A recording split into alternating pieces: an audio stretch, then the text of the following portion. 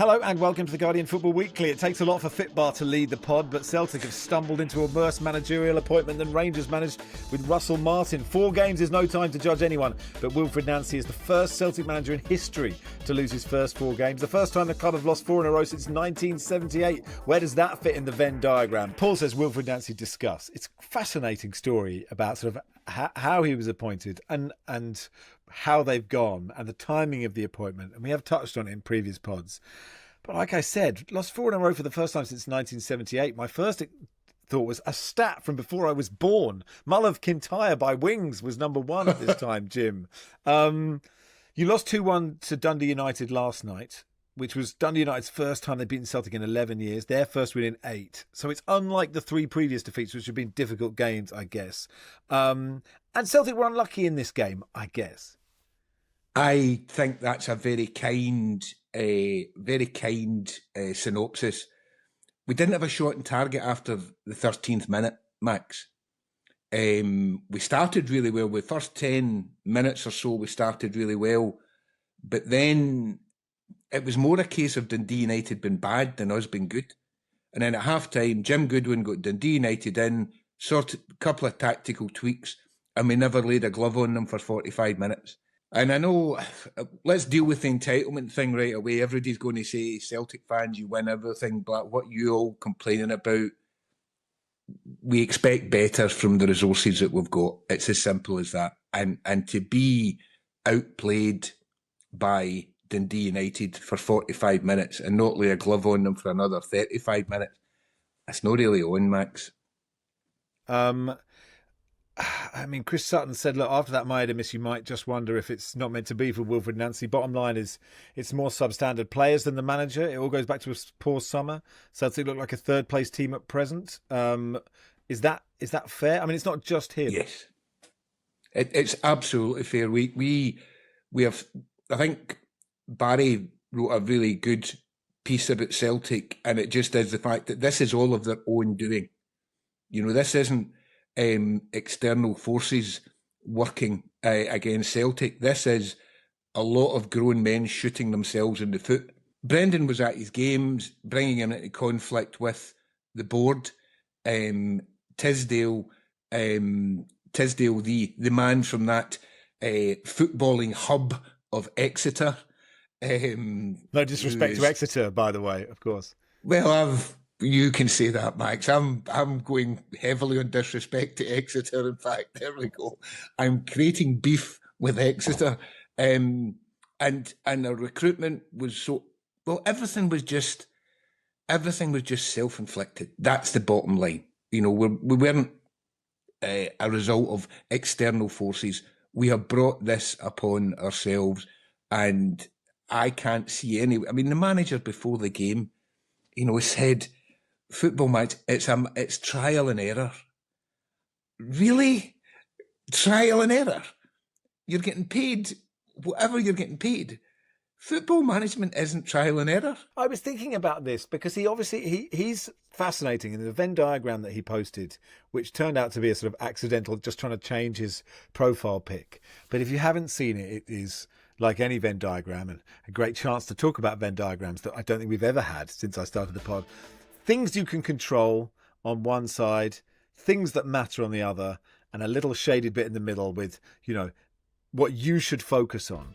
And, you know, a bit like football being trial and error, like, strip it back. Maybe he's right. Maybe he's trying to say there's an existential point here that football doesn't matter. That's what he's been brought to Celtic to do, to make this deeper than it is. But you know, it is fascinating that there is a real sort of Russell Martin vibe to the way he talks about the game. The thing is, I say, Max, I've said this to you before, you're starting to sound very much like you're pitching for one of those high performance type gigs, mate. That was all a bit too, you know who I mean. But that's the Russell Martin thing's not a bad thing to bring up, because Celtic should have learned from looking across the city what happens when you bring in somebody who maybe hasn't operated at a level where the demands on them are so big. You know, and it quite clear. It was clear to me after 2 games that Nancy was out of his depth. and nothing has happened since then to change. I mean, after the game, we were close to winning. Come on. You were, but I know he's not wrong. Max. Well, he said after the game, I think I'm in a good direction with the players. Today you saw we had a good performance. We're improving. We're close to winning. Keep the faith. Celtic fans are going to want to hear that after their fourth consecutive defeat, and they've just been beaten by Dundee United. I mean, we've already spoken at length about the recruitment, the AGM we mentioned on Monday, where Celtic fans were condescended to and sneered at by the club hierarchy to within an inch of their lives. But the thing is, Wilfried Nancy coming in, he came in on the back of a very underwhelming run with Columbus Crew. Before that, he was pretty underwhelming, I think, at Montreal Impact. Now, Paul Tisdale, who Jim mentioned there, former head coach of Exeter City, I think Paul listens to this podcast, or he certainly used to. But Paul, I like him. He's that guy, you know, he used to stand on the touchline, yeah. The cravat and the pork pie hat. Good guy. I had some dealings with him. Just he got in touch once after something we'd said. I think it was the pod, not the radio show, but... So he worked with Kwame Ampadu, Ethan's father, at Exeter, and Kwame worked with Wilfried Nancy at Columbus Crew and is now his number 2 at Celtic. So people are putting 2 and 2 together, possibly getting 5, but they're assuming that the link between Tisdale and Ampadu and Nancy is the reason Nancy rocked up at Celtic Park. And we don't know for sure because Paul Tisdale doesn't speak publicly. But I suspect Paul probably isn't that popular at Celtic at the moment because he's in charge of recruitment. And the recruitment, I think it's fair to say, has been pretty dismal. It doesn't matter if you appoint somebody you know, if it's good and goes well. In the same way, it doesn't matter if your appointment is left field and it works. But if it doesn't work, it immediately becomes completely nonsensical, doesn't it? It's exactly it. And you know, the mood with the fans, even before his appointment, wasn't great. There's a kind of narrative that it's the youth and the malcontents that are driving the complaints against the board and whatever. That's really not the case. There's a much wider kind of discomfort amongst the support, simply on the basis that we look at the resources we've got and we really shouldn't. I mean, 10 months ago, we ran Bayern Munich really close in the Champions League. And in the space of 10 months, we're now being well beaten by a St Mirren team and a Dundee United team in the space of 3 days. Now, at some point, somebody has to ask the question, why has that happened? And the only logical explanation for me is you look at the board. And that includes all of the recruitment in terms of both players and management, and also the potential issues with Brendan as well. It starts at the board and it really should finish with the board. But at the same time, the fans at the moment, I mean, we're at our wits' end. Peter Lawwell, the chairman, he announced yesterday he's stepping down because of the abuse he's been subjected to. And I think, to be fair, the Celtic fans could have behaved better at that AGM. I don't think that's an unfair assessment. So it isn't entirely Lowell and Desmond's son's fault that AGM was shut down so quickly. But will he be missed? Has he done? He must have done some good work over the years because Celtic were winning all around them. He has always been a very divisive figure in the support. He has had periods where he has been very popular, but a lot of it he has been very unpopular simply because there's been various times where we maybe should have kicked on, like the Bayern Munich situation is one, and he has become a bit of a figurehead in some fans' eyes for the failure to do that. You're right about the AGM. Well, the AGM, I suspect that Lawwell saw the opportunity to draw what would have been a potentially very difficult. The fans did give him the opportunity to draw that AGM to a close. The booing and the pantomime booing and hissing when he walked in and holding up the red cards. I mean, I didn't follow it live. I was working, and then when I saw it, I thought, oh, the fans, oh my goodness, how stupid. You shouldn't have given them the opportunity. Then I saw Ross Desmond's comments, and I thought, well, fair enough, lads. So yes, there was a bit of blame attached to the fans, Barry, but I can't get away from the fact that the current board in its current situation is manifestly unfit for purpose. Peter Law said, I believe that my 18 years as chief executive and 3 years as chairman at the club have shown my ability to meet and overcome challenges on many fronts, but abuse and threats from some sources have increased and are now intolerable. They have dismayed and alarmed my family at this stage of my life. I don't need this. I cannot accept this. And so I leave the club I've loved all my life. The motivations and aims of these detractors can be investigated by others. I prefer to look back on my career at Celtic with deep gratitude and satisfaction. What happens now, Jim? I mean, we've got a blueprint what to do when a manager isn't fit for purpose. And I think we have to go with that. I think truthfully, if they put me in charge of Celtic at 9 o'clock this morning, it would be a strange move. I'll say that. You don't even follow the AGM live. Call yourself a real fan. Exactly.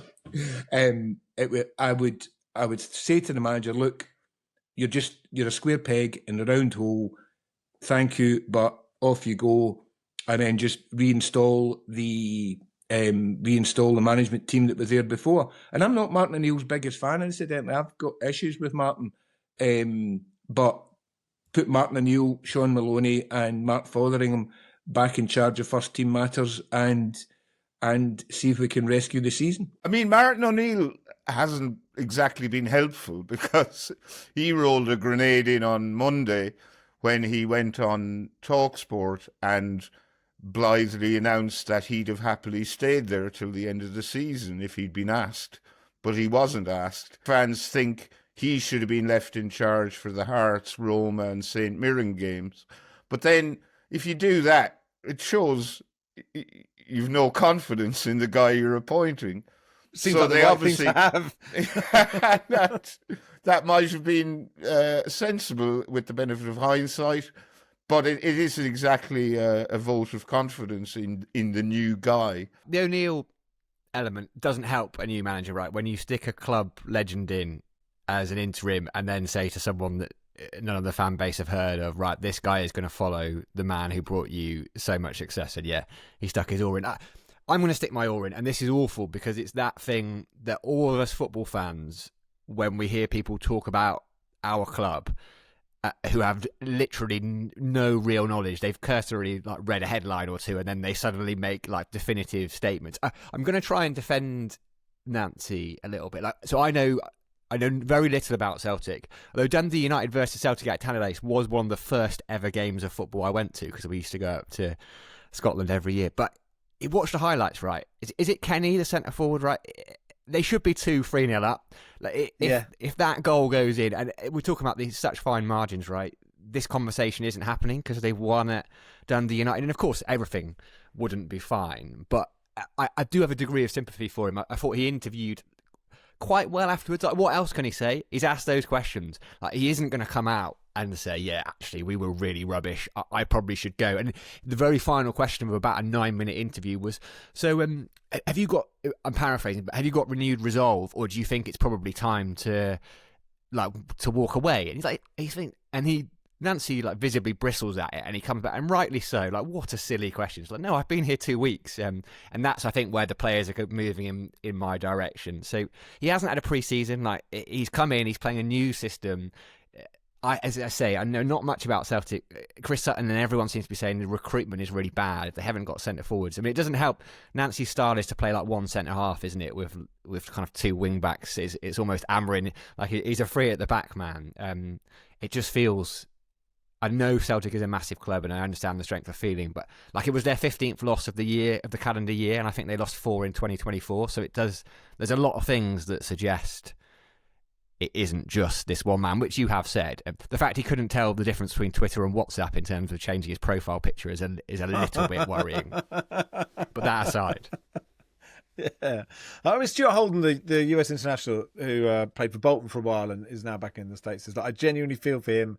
A lot of factors at play, a really tough schedule of games. He's proven himself as an excellent coach in MLS, great at developing players. But the European pressures at a club like Celtic demand winning from the off. I hope he gets more time to get his fingerprints on the team, but unfortunately I don't think he will. He's been too naive in how quickly he thought he could implement his style of play and get wins, for which he might pay the price. And I suppose that's the point, Jim, isn't it? He has gone in and said, you know, Martin O'Neill plays a certain way, and I think we can play this way. And yes, and in those three fixtures, it's sort of mad. Well, that's it. And to be fair, Barry mentioned a grenade.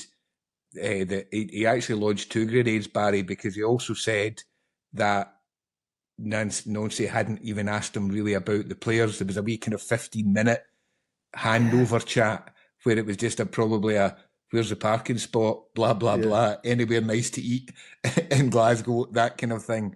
And he didn't ask him about the players. So, yeah, Martin's got previous convictions for mischievousness. And I think there's a bit of, I think he maybe saw to himself, I could be back in time for the Rangers game in January if I play my cards right here. Well, I wish you the best. You know, I don't know if you want to, it's nice for you to come on. It's nice to talk to you, but obviously if it starts going well, we probably won't. No, absolutely. And I don't want to be on here for years. So the Carabao Cup semi-final draw, Newcastle, Man City, Arsenal, Palace v Chelsea. Who's going to win the Carabao Cup, Jordan? Oh, who's going to win the Carabao Cup? Oh, I don't know. I think you've got some really strong teams left in there. I could put an argument forward for probably everybody. Obviously, Arsenal, Palace still have to play, so they've got the most amount of games left to play. I think City look really good. I think City are kind of getting into the groove. I think City are purring, which is concerning for my team and everybody else. If we start with the City win last night, what's really scary about the City win is that they're now winning quite a few games in second gear. They seem to be just not expending too much energy in getting wins in the league and in the League Cup last night over the line. Beautiful goal from Cherki. I think they'd have to be the favourites. I do. I think Arsenal are wobbling. That's for sure. Crystal Palace, I think it's a long shot. Chelsea, who've got potentially Arsenal or Palace in the next round. I don't think you can rule them out. They seem to have a really good cup record over the last few years. But I think City are the team that I'd put the smart money on at the moment. Yeah, I mean that Cherki goal, Sam. He is currently right now one of the most exciting players to watch, based on that Rabona that I criticised in this finish. But God, he strikes that. It's like it's sped up, isn't it? Yeah, it was beautiful. The little touch, it was such a subtle, the movement to shift it from left to right, and then the time. I mean, if we did one of those graphics where the time between like ball leaving foot and hitting the net, and it does take a little nick off the defender's head, but it's only about a yard away from the line there. It's such a pure strike. Didn't please Pep, though. Did you see Pep afterwards said, oh yeah, close to the 18-yard box of the opponent. He is an exceptional player. It was a fantastic goal. So it's not necessary to be a journalist or a manager to realise he's a fantastic player. Now, I love the fact that he has chucked journalists in with managers as if we are somehow great judges of footballers ahead of the general public. But then his last line was, after that, he didn't play very well. So it's not enough to score that absolute belter. He's called him out in public. But yeah, Man City looked really good, and he is a lovely little footballer to watch. It really was a super strike. And also that touch, as he touched it, Mikhail Damsgaard just came in shot and went out of shot, didn't he? Just ran through. There's he gone. He's still running. I mean, anything else from the City win take your eye, Baz? I mean, James Trafford had another game, which was nice for him. Yeah, I mean, you give a passing mention to a Brentford player there. They also participated in this game, and Keith Andrews is getting a bit of shade for leaving Jordan Henderson and Igor Thiago at home. They weren't even on the bench. I don't think they were injured. And Brentford have Wolves on Saturday, I think, or Sunday. And they're actually staying up in Manchester. They were due to train at Manchester City's training ground this morning. So people are saying, this is a competition Brentford should be trying to win. So why are you leaving out your star striker and one of your most influential senior players? But we always hear this during cup games, League Cup games, FA Cup games. Other squad members deserve to get a run out. You mentioned James Trafford there. He played, he kept a clean sheet, he made a few saves. I thought Valdemarson in goal for Brentford as well, instead of Queevy and Kelleher. He played okay. He was all right. Brentford have history. I remember being on this show this time last year, and they'd just played up at Newcastle in the Cup quarter-final, and we were very surprised that they'd left Mbuemo, and I think it was Norgard out. They basically left two of their most exciting and best attacking players out at that point. So they obviously don't prioritise this competition. I mean, is it worth talking about the potential red card? Keith Andrews was certain that Kushinov should have been sent off. It was that tackle on Sharda. He's outside the box. He is going through. It is a clear goal scoring opportunity. I think.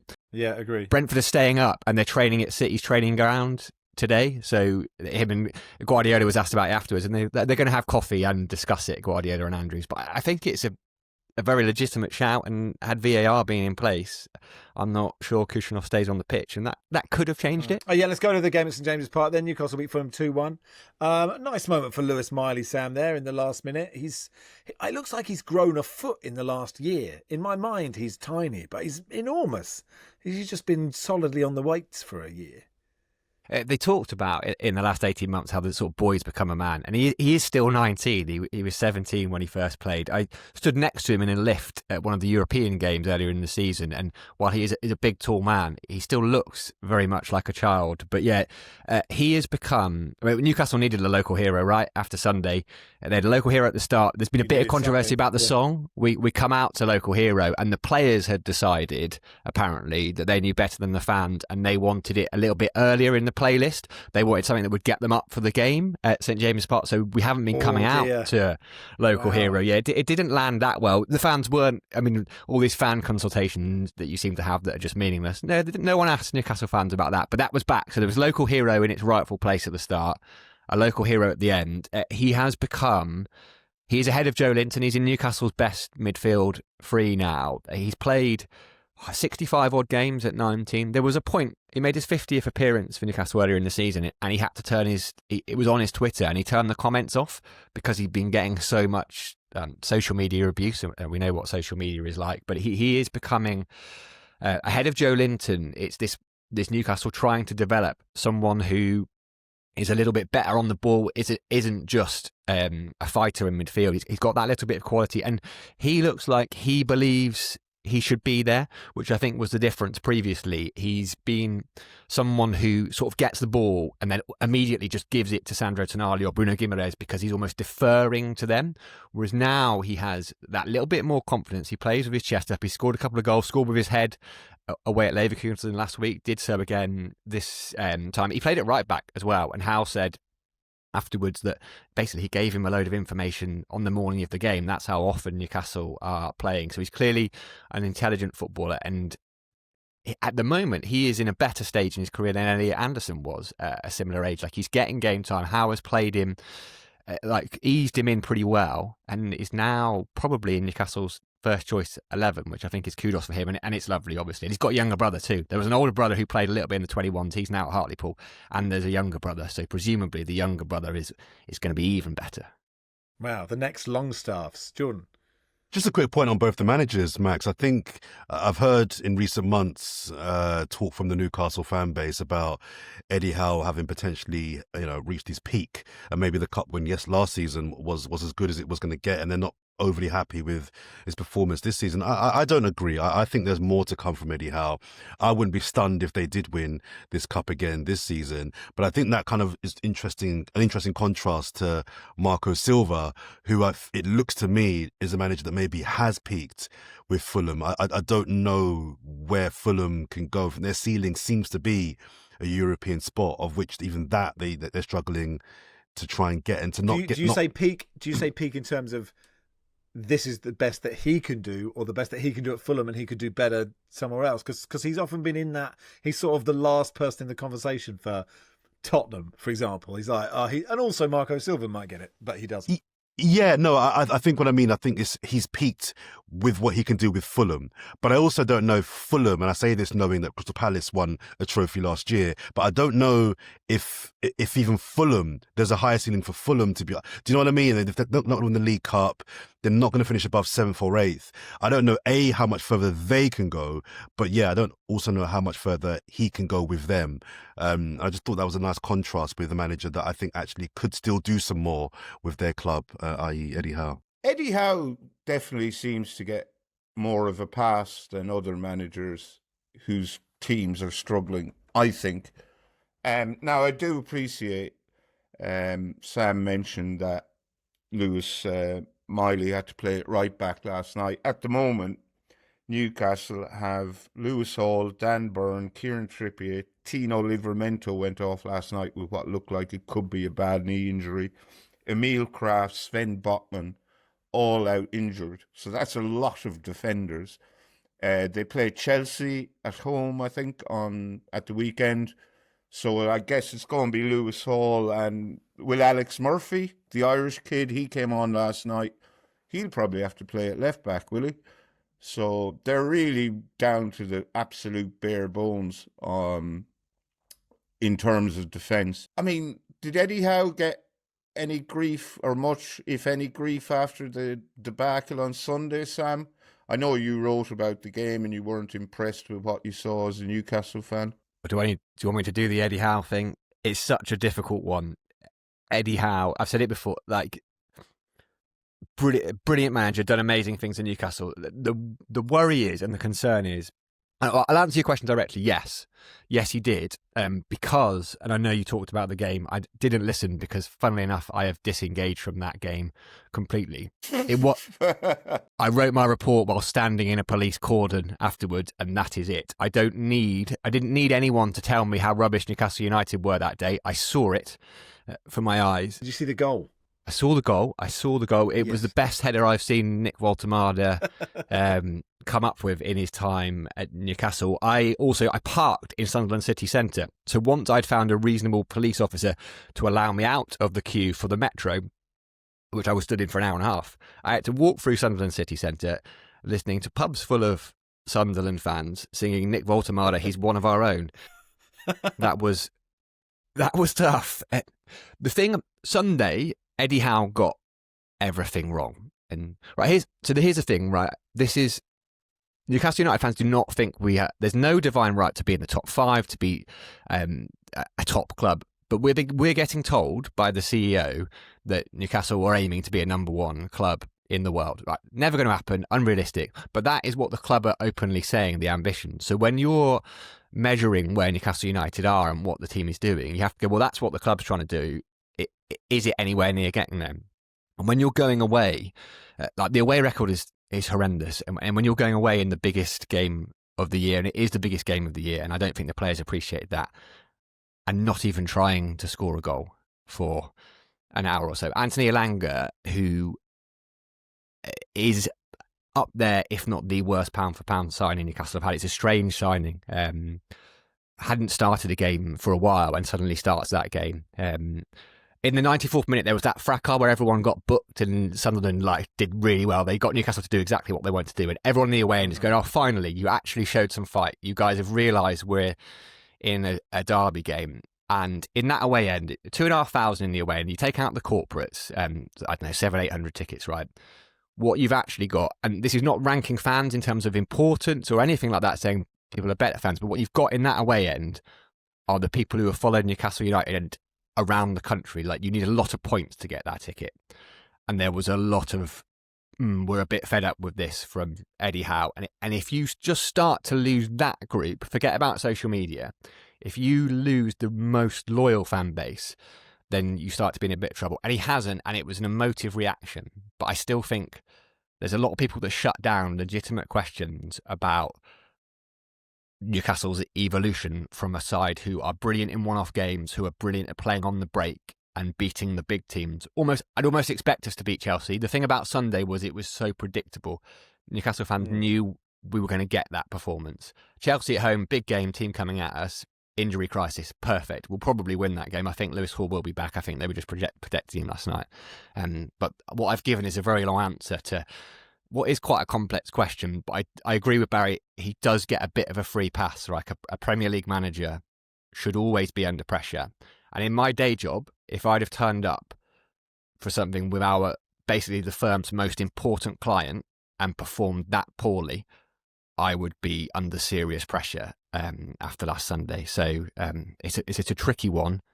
I don't think he is under any pressure. The club is too Eddie Howe-centric, actually. It's set up around him. He has a lot of power at Newcastle United Football Club, and I'm not saying they should get rid of him either. But how much credit, how long do you give someone? People, that this whole, he's got enough credit to be given till the end of the season.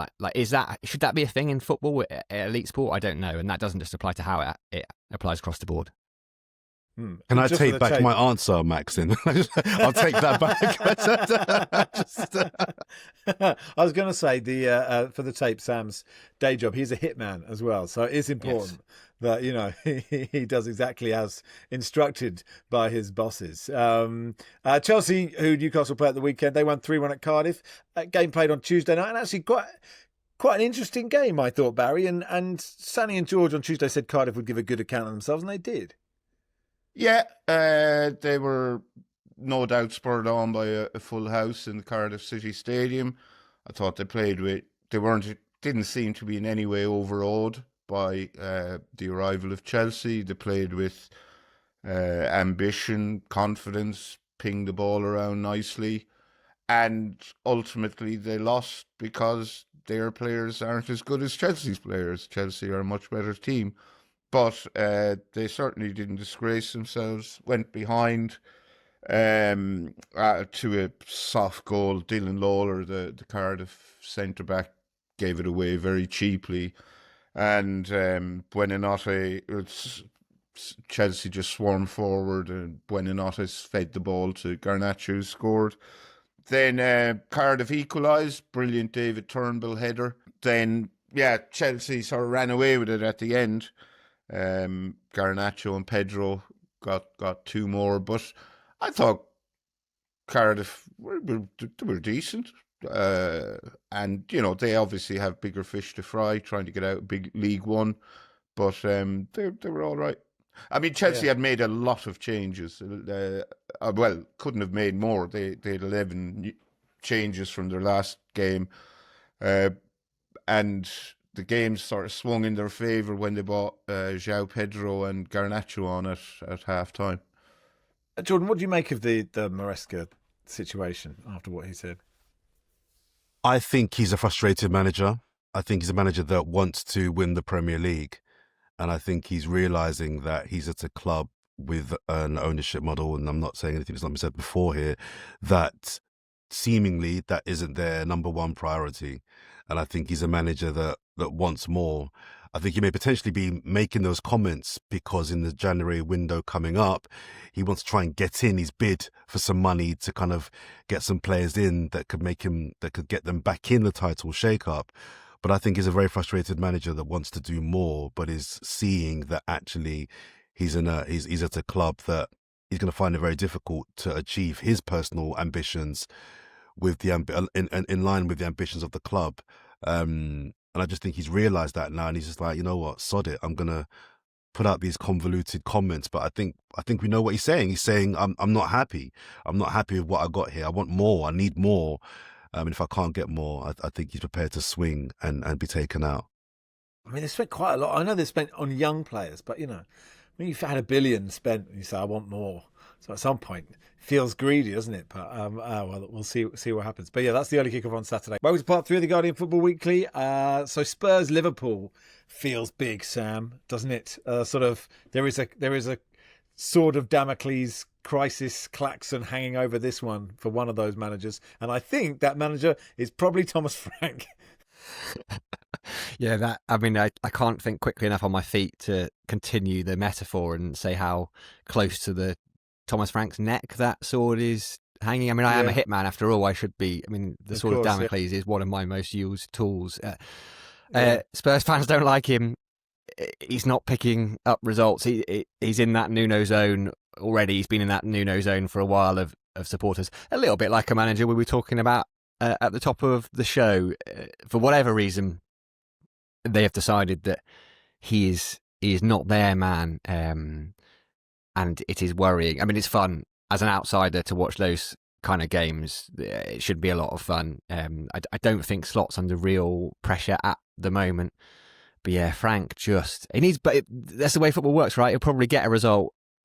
Will it change the opinion? I have people sway back and forward, myself included, and we're very fickle. Does a result change it? Probably not. I think Spurs fans have already written him off. From the ones I've spoken to, they just want him to go, which I think is sad because he seems like a nice man. Could be a wrong place, wrong time. Possible. I mean, that happens to Spurs a lot, I guess, Barry. But I don't. I think all it means is if you're in that position, you've just got to if the tide is swinging against you, you need a result like this against somebody good. And Liverpool are sort of back on form a bit, aren't they? If Spurs do win it, then obviously that will buy Frank time. I just think Liverpool will beat them. I think that Spurs need this win more than Liverpool. I know Liverpool haven't had a poor season, but I think the Spurs fans that I know also they're generally not having Frank, and I think Frank needs a big win, as Sam said. I think for Liverpool, with Mo Salah having left now for AFCON, the attention now is going to be solely on Slot. Because now you've got that so-called big problem out the way. Let's see what team you play. Let's see if actually Salah was the problem. I think the scrutiny on Slot now, I think, will be a lot more because of as I mentioned, that seemingly problem being parked for the next month. Now, can you put out an 11 for the next 4 or 5 games that can get you back up the tables? So I'm interested to see what happens in this game for both of those particular narratives, Slot, and whether he can, get an 11 together that looks coherent and strong, but also Thomas Frank. If they lose at home to Liverpool, albeit they're the champions, I think we could be in that territory of 2 games to go to save your job with Frank. I really thought it was going to work when they beat City. When we won 2-0 at City early on, I was like, "This is perfect. This is going to be so good." And he's a great guy, and everyone loves him. You never know. You never know. Jordan, how are you feeling about the top of the table? That Man City can go top with a win against West Ham before you go to Everton and the 8 p.m. late kickoff. I think it's fair to say Manchester City will be top by the time we play our game, because all due respect to West Ham, I can't see anything happening there. Arsenal, this is the title race. It's never going to be easy. You gotta expect bumps in the road. People had said we won the league 6 weeks ago. Now we're gonna bottle it. Arsenal got to ride this out. It's not going to be an easy game against Everton, although they do have, I think, Dewsbury Hall's out injured with a hamstring. He's been playing quite well quite recently, and a couple of key players that have gone to AFCON will definitely weaken Everton. It's a game I expect Arsenal to win, because I think that they need to kind of come through this Christmas programme with some form. And look, if the narrative will be if City go back top, Arsenal can't do it. Arsenal just got to focus on themselves and just got to stand firm and make sure that they focus on winning their games, because they're a very, very good team, and I think this will be their season. But it's going to be difficult. They've got to ride it out. Iliman Ndiaye is a massive miss for Everton. Like I find, at the risk of the wrath of Everton fans, they're a strange team. They're a very Moyesian team. Big centre halves. Let's try and find some centre halves to fill in at full back half the time as well. And it's old school 4-4-2. Give the ball to your 2 creative players and see what they can do. And one half of that creativity isn't there. And if Dewsbury Hall's been brilliant for them, by the way. But yeah, I followed Ndiaye for a while. And he is just fun to watch. And missing Idrissa Gana Gueye and missing a centre forward. It's not that they've got a centre forward away, it's just they haven't got one of any kind of note. So you've got to back Arsenal to go. Like this is it's all cliches, isn't it? But like if you can't go and win this game when you're under pressure with all your attacking options and all that strength, then you probably aren't going to end up winning the title. But I think they will go there and win quite comfortably. Or maybe I'm scarred because I watched Newcastle beat Everton quite comfortably. But either side of that, they've had some really good results. But I find them weird. I don't think they're very good. As a team, I think they've got some good players and they rely on individual brilliance, which is quite an old school, almost a basketball methodology. I'm hoping one day they play Barry and Beto up front together in a classic big man. That's the dream. I mean, really, the perfect way for this season to finish is for Arsenal to come second and Aston Villa to pip them just for the amount of just for Jordan Jarrett-Bryan's mentions. Villa play Manchester United. Barry, I'm loath to ask you a question previewing a game, given your stance on it, but if you could cast your eye over Villa Manchester United, how do you see it? Well, since Monday, Manchester United are now being hailed as the reincarnation of Brazil 1970 because they scraped a draw against Bournemouth at home, out of form Bournemouth. So I can't see anything other than a United victory. I jest, of course. Look, Villa are on this incredible winning streak. At some point, it will end. Will it end against Manchester United at Villa Park on Sunday? Possibly. But I think this will be a Villa win. Did you fear Villa, Jordan? Ooh.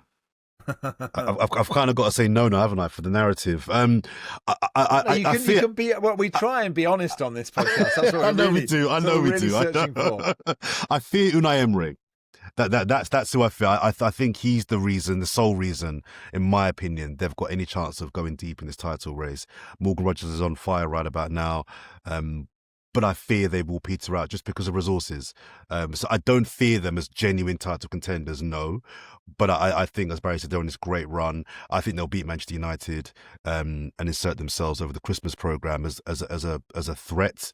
But no, I think ultimately it will come down to Manchester City and Arsenal. Just me, or did anyone else have the urge to say the Funk Soul Brother when Jordan said right about now there? I really had to struggle to stop myself. Why? You should let it out, Barry. It's Christmas. People would have really enjoyed it. Any other games excite anybody? Looking at them, what else have we got? Bournemouth, Burnley, Leeds, Palace. Wolves, I'm going Brentford, to call Brighton, Wolves winning their first game of the season this weekend. Do you think so? I think they're going to beat Brentford at Molineux on Saturday at 3:00. And Molineux it'll be a happy Christmas for everyone at Molineux. Well, a less miserable Christmas. Yeah. For the good people at Molineux. Doesn't like previewing, but loves calling Wolves homewards. I wanted to ask Barry about Sunderland, and this is not with an agenda, but I'm just interested to know, because they're the team that are going to miss the most players for AFCON. I think there's 6 players going off.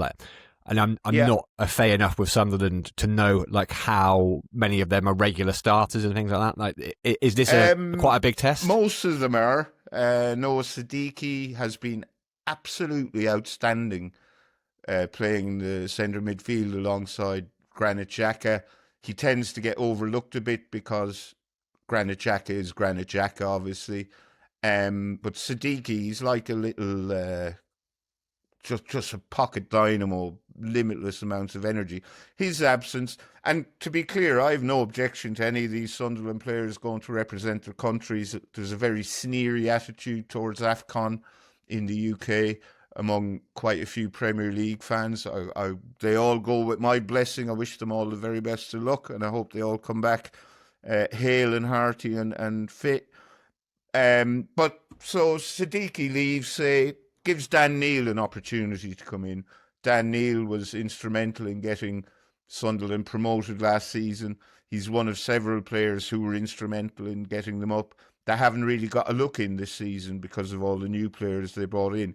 So one presumes he'll get a chance to show what he can do in the Premier League. And I think that's great.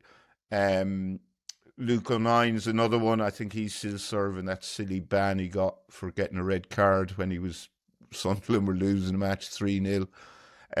But he will come in at some point and show what he can do in the Premier League. And Sunderland already have enough points that even if they don't pick up a single one during AFCON, they'll still probably be okay. But I'm looking forward to seeing how they get on with these championship players getting a chance to step up. I think Brighton away on Saturday could be maybe an after the Lord Mayor's show performance, and if they do get beaten, that's fine. I'm not going to lose sleep over it. Before we go to any other business, we should send our thoughts to the friends and family of Ethan McLeod, 21-year-old Macclesfield forward, who died following a car accident. He was travelling home from a National League North match on Tuesday night. He joined Macclesfield this summer after coming through the Wolves Academy. He'd already made an impression on the club.